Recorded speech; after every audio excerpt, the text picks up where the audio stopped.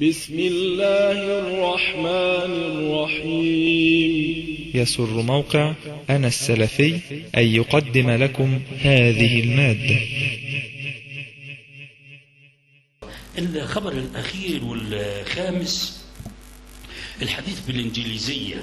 يقول عبد العزيز قاسم وكيل أول وزارة بالجهاز المركزي للمحاسبات سابقا: حضرت مؤتمرا بمكتبة الإسكندرية تحت عنوان دعوة إلى الإسكندرية مهد علم الفلك من يوم كذا ليوم كذا، وعلى الرغم من أن جميع المحاضرين من العرب فإن الحديث كان باللغة الإنجليزية. اللغة كل المحاضرين من العرب، ولكن في بطح على الدماغ. لازم يتكلم باللكنة، يرطن بالإنجليزية عشان يبقى راطن، يبقى زي المندوب السامي، يبقى زي المندوب السامي عشان يشار إليه بالبنان. شغل هزيمة نفسية كلها وقاح، كلها وقاح، وخصوصا لما تتعدى للغة القرآن، إن الإنسان يخجل من النطق بها، ترويض مشاعر الخلق والعباد، هذه انتكاسة. انظر، يقول: حتى أن رئيس المؤتمر اعتذر لحديثي باللغة العربية لمدة 5 دقائق فقط. زي ما كنت اقترفتهم انه بيتكلم بالعربية هيعتذر. تعتذر ليه؟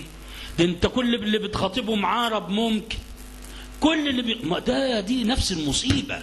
اركب الطيارة احيانا، روح العمرة، روح الحج، تبص تلاقي المضيف والمضيفة يقول لك ووتر. ايه ووتر؟ احنا فين؟ احنا رايحين السعودية، احنا رايحين السعودية. ايه المسألة؟ للهزيمة النفسية البنت. وطبعا الناس غلابة مساكين راكبين الطيارة، ايش جاي من الأرياف وايش جاي من الصعيد وايش ما لا درس عربي ولا انجليزي، عشان انت تكلميه باللغة الانجليزية. والاكل اللي هياكله ايه ده؟ تقول له فيش مش عارف ايه ده؟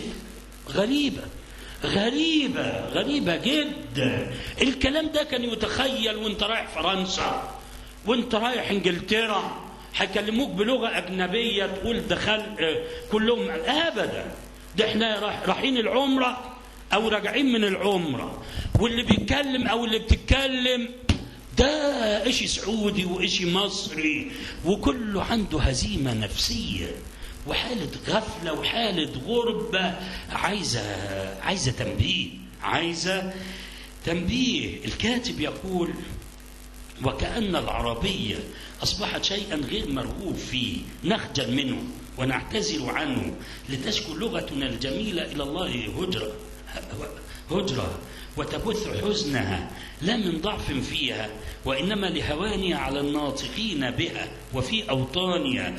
ده اللغة دي، اللغة يقول لك هي أعلى قيمة في معظم البلدان، أعلى قيمة. هو ليه دايما تجد المراكز وبينفق عليها وتدخل أنت بالمجان؟ أمريكان وإنجليز وفرنسيون وألمان، افتح أي سفارة، ادخل المراكز كلها لتعليم اللغة، وتعليم اللغة بالمجان. ده الأزهر حتى لما أرادوا في الجامع الأزهر جايبين وبنات وفي العشرينيات وجعلوهم مختلطين، اللي هم شيوخ الأزهر بتوع المستقبل، الرجال بجوار النساء عشان يحضروا الدورة. والدورة ديت في قلب الجامع في قلب الجامعة، والدورة دي مين اللي هيديها؟ بنت متبرجة. شفت التعمد وسبق الإصرار والترصد، والبعض هيتوهم إنها حصلت صدفة. لما في صدف، كله تخطيط، كله تخطيط. شوف الميزانيات اللي بتنفق على تعليم اللغة. اليابان ارتضت لما احتلتها أمريكا، ارتضت إنها تنفذ كل الشروط الأمريكية إلا ما يتعلق باللغة وتحريف وتغيير الأحرف اليابانية. رفض المطلب ده. ليه؟ لأن ديت أعلى قيمة عند الأمم وعند الشعوب. لغتنا هي لغة القرآن، والقرآن نزل بلسان عربي مبين.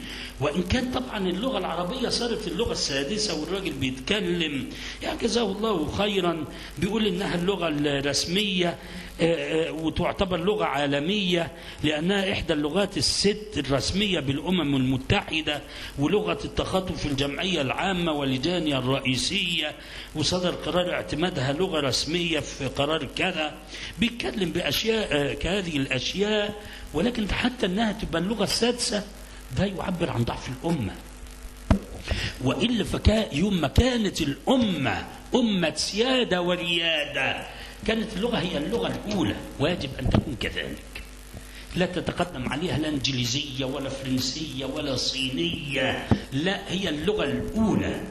فكون أن حرب 73 جعلت اللغة العربية اللغة السادسة، ما زال بيعبر عن ضعف، ما زال بيعبر عن ضعف. والواجب علينا أن نأخذ بأسباب القوة حتى نعيد الحق إلى نصابه.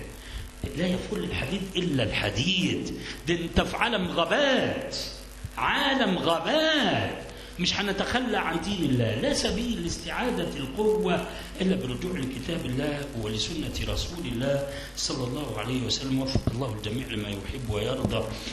والسلام عليكم ورحمة الله وبركاته.